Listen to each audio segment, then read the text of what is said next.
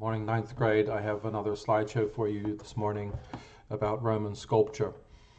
Um, with this way of working, we haven't gone as far as I would normally try to get in this main lesson, but we've used up our time. I think we should stop the main lesson and have a break and then look into how we can do further work. But you can email me and give me your thoughts. I'm open to continuing in some way for those who would like more. We can also have another Zoom call. Anyway, here comes the Roman sculpture slideshow, and then I'll have a few words to say at the end. So every time we look at another culture, another group of people, and their artwork, excuse me, we need to ask, what are they especially good at? What are they interested in? What do they want to capture? When we see what they do compared to another culture, then we can also see, well, this is that thing that the other culture did is not so interesting to them, and this thing that they are doing is that they're really good at and is much more interesting to them. So you could say that about every culture that we've looked at, and the artwork of every culture we've looked at. What was fascinating to them? What was really special to them? What did they want to capture? What was important? What was beautiful? So I'm starting with this slide, a portrait of an older man. And if you look at this, the first impression, you would say, oh, gosh, that's not very beautiful. Why is he showing us that slide? But this one shows us a certain intention of the Romans that we didn't see in many other cultures. And that was to show an older person and the reality of how they look. And so this guy is old, he's aged, he has, sagging cheeks, he's not young, he's not beautiful from a certain point of view. But the Romans are able to sculpt this. They're able to look and see and really make an artwork, in this case it's a sculpture, of what they really see. They're really willing and able to look and capture the impression of someone as they get older. Now this older man, we don't know his name, we don't know who he is, but they sculpted him because they thought it was important to capture an impression of this person as they really are. So we see something there, an intention in the Roman artists to really show reality. They didn't want to show the idealism. When we look at the Greek sculpture, we see the Greeks wanting to do some beautiful geometry as well as the human being. And the Romans really didn't want to do that. They wanted to show the human being really as it is. And for them, we have to say that was more beautiful. They actually didn't like it. They actually found it unattractive to show something ideal, because that was not the reality.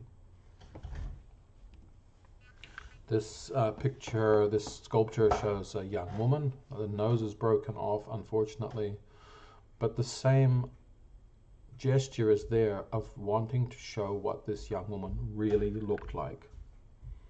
Not some ideal. They wanted to capture her at that moment in her life, how she looked. And perhaps they could have, the artist could have improved her a little bit, but that wasn't the intention. So there's something I want you to capture, this idea of the Roman people, the Roman artists, considering that reality was more beautiful than some ideal. It has to do with their pragmatic and practical and kind of earthy nature, that they found beauty in the reality. Here's a portrait of a woman from the side view, kind of a classic Roman profile, if you like. But again, this ability to very sensitively, when we look at this one, shape and sculpt the reality of this person. So there's something in this, I guess, I hope you catch the idea from me of really appreciating, really valuing how people really look, how they really are. And in that, of course, there's all questions about character and values and how they behave, how they go through life. Now we come to those people that I showed you were basically unknown, and now we come to some emperors, some Caesars. And this is a sculpture of Caesar Vespasian. And you can see how the artist has tried to capture the reality of him. He hasn't shown him as a young and very attractive and idealistic fellow. He's shown him in his later years. He's got a little chunky, little lines and creases around his face and his neck. There's frown lines on his brow. But you can also see that the artist has captured something about him with his far-sightedness or his clear-sightedness. So Vespasian was actually a very, compared to many of the Caesars, a very good Caesar, a good ruler, did good things. And perhaps we can see in this portrait, a lifelike, accurate portrait, how his character shows through in the shapes of his face. This one shows Hadrian, who was famous for many things. I'm going to show you Hadrian's column in a moment. He was the fellow who ordered the building of the wall, Hadrian's Wall, up that separates Scotland out from England, so the edge of the empire in the north. And again, you can see the artist doing his best to capture in the features of his face his character, his strength of character.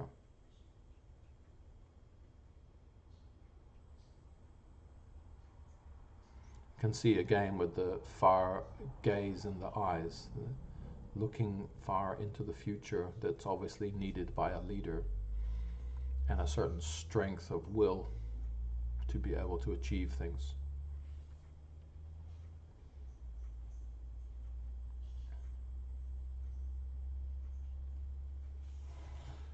I've put these three Caesars in order of time.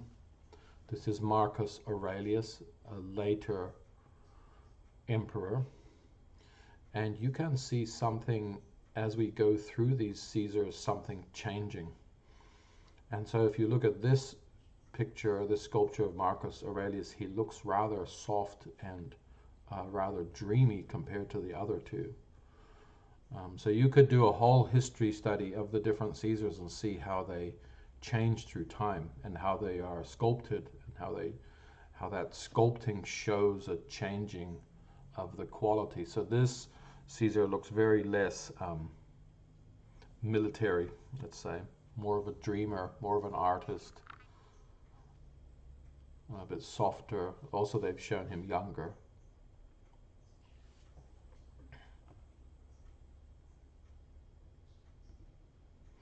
And now I want to show you some slides from Trajan's Column. This is a very famous, tall monument that Trajan built. Trajan was one of the emperors, and this column was completed around 113 AD.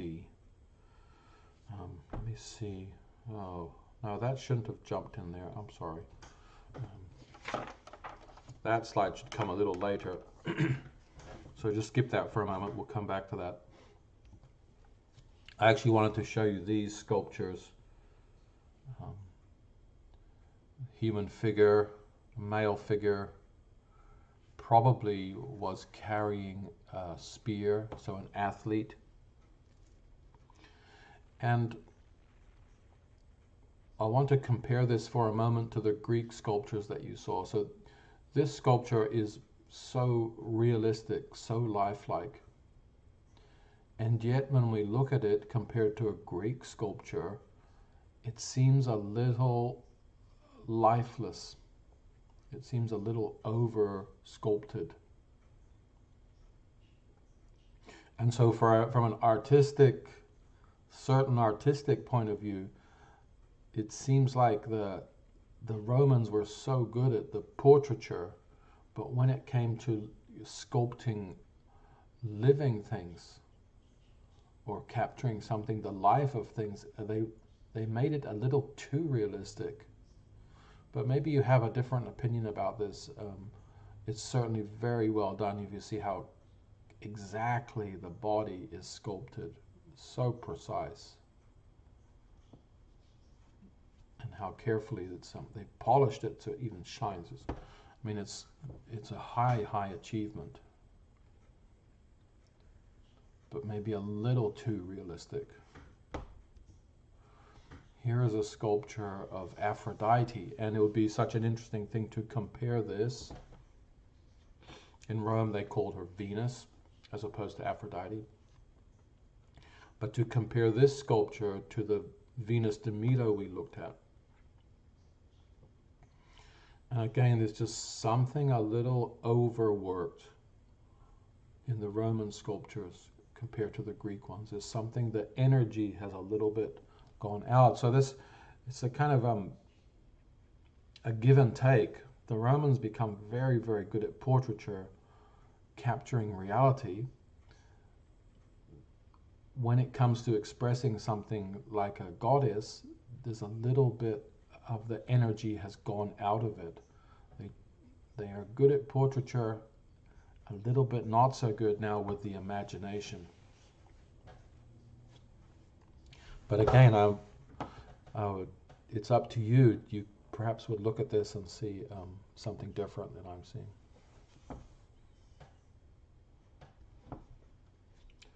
Here is a fragment. It's a broken sculpture, parts missing, of a woman kneeling down, probably for bathing.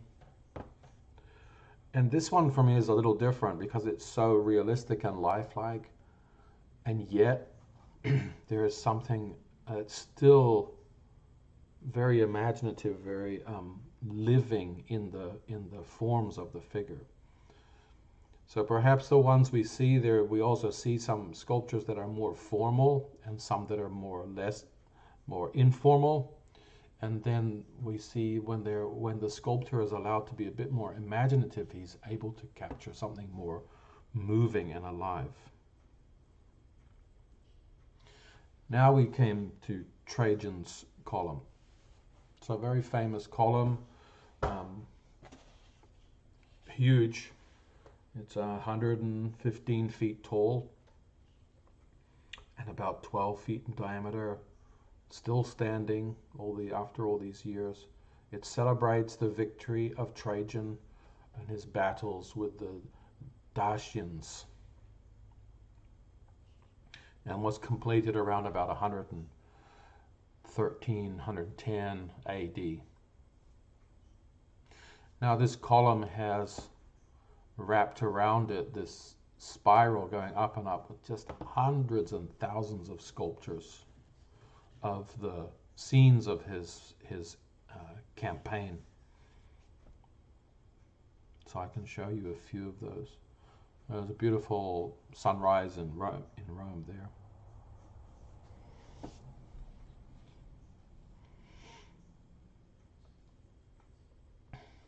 So this little scene shows you Roman soldiers on campaign, building, creating a fort, working away.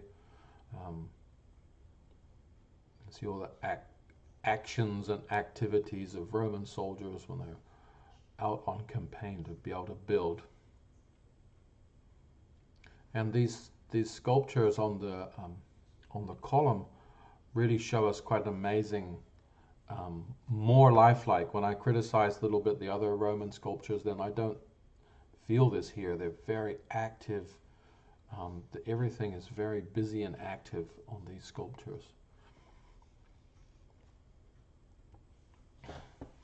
Very, very complicated. So in an artwork like this, we see something as well of the Romans' ability to deal with complexity.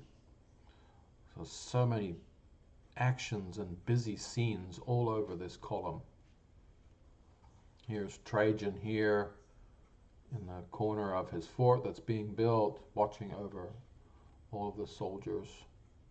We see some Roman shields standing here with their spears and helmets resting on top while they're busy working. Horses on this side here. So when we consider this work artistically, we have to say that the Roman artists were able to deal with incredible complex compositions. This was something they could really do. Out of a scene which could be really chaotic, it's so busy, they're able to create some order and some visual sensibility. Part of that is having Trajan here as a kind of center of this whole composition, all these actions going on around.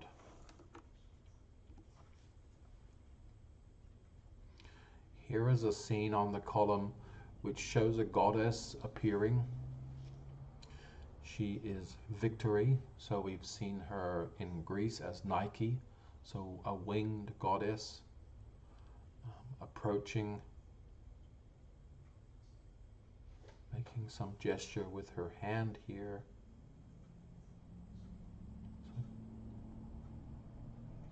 So many thousands of details on this artwork. It's so amazing. Look, there's a sculpted temple, as well as all this collection of armor here. And then the goddess, she appears and has more space around her. So the complicated moments of the scenes where there's so much going on, then there's another moment here where they actually open it up and give her a lot of space.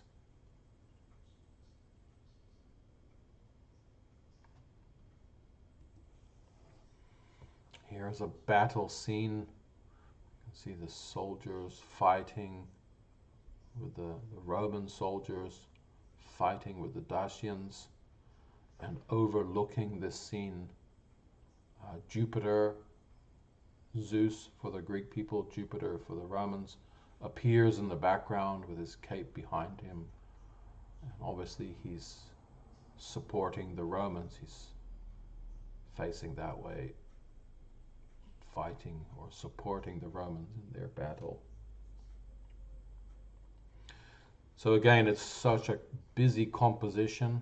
These shields clashing, these men going this way, these men going that way, someone down here, hurt, and then this suddenly and up in the sky, Jupiter appears with this wild hair and beard, and out of the clouds, out of the sky, he also joins into that scene.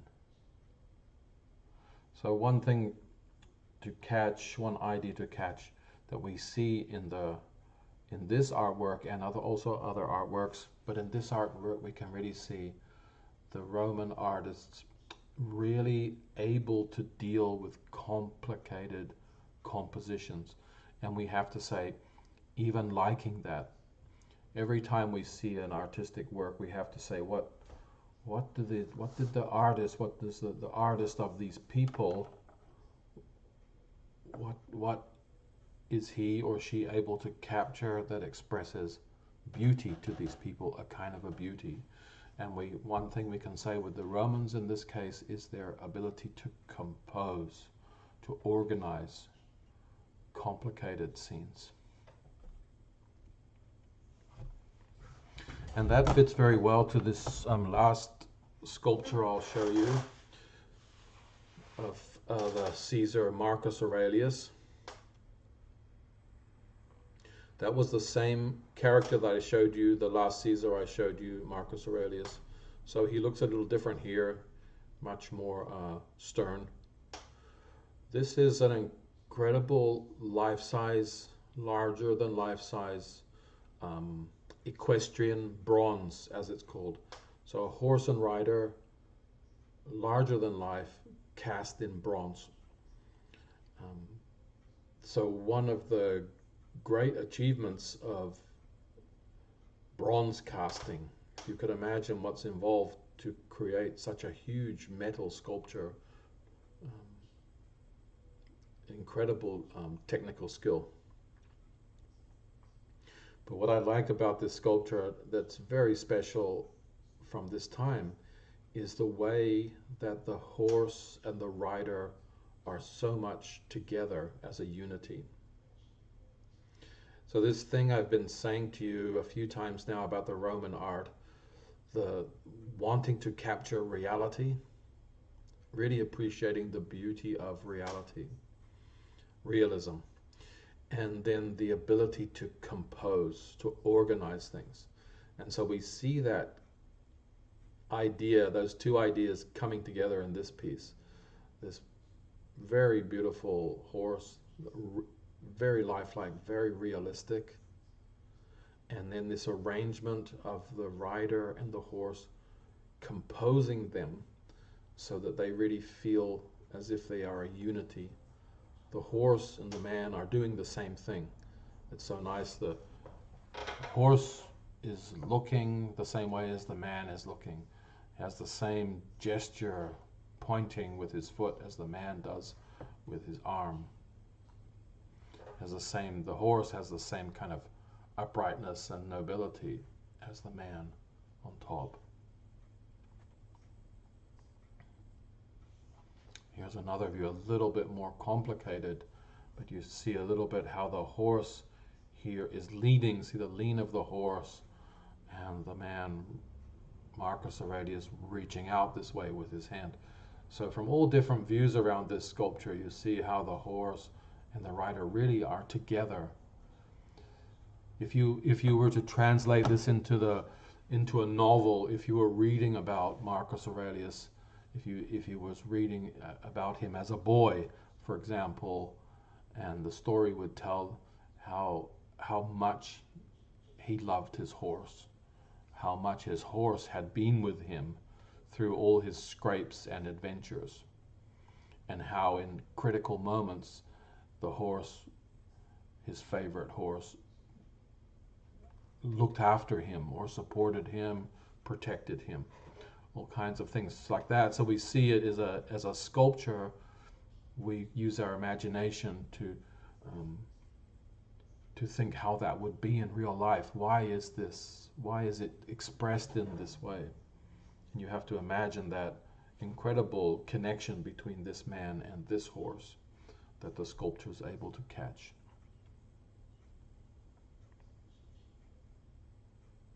One last view, just so you have a look around the whole 3D nature of this piece.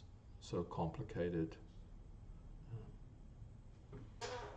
Looks as if he had something, could hold something in his hand, and clearly has this kind of Roman Caesar gesture of probably holding a scroll here and giving orders, organizing over here.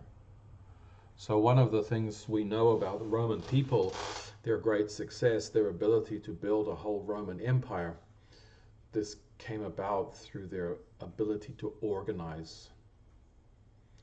More than anything else, their ability to structure and organize and follow rules and regulations is what allowed them to build up this huge Roman Empire. And we see something like that in their artistic work as well.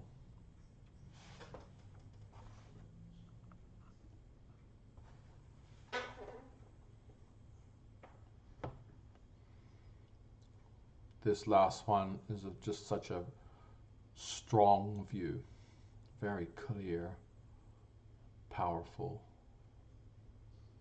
The way he reaches out here, and the way the horse also reaches out. Very beautiful. Okay, so please make notes. as per usual, and small sketches. Make sure you get the profile of that woman with the beautiful Roman nose, and one of the emperors. Sketch one of those, and one sketch from Trajan's column. And then I'd like you to do one large drawing. Choose either to do one of the scenes from Trajan's column that has a goddess or god in it, that one with victory, or the one with Zeus, and do that as a large drawing, or do one of the scenes of Marcus Aurelius on his horse. Okay, thank you.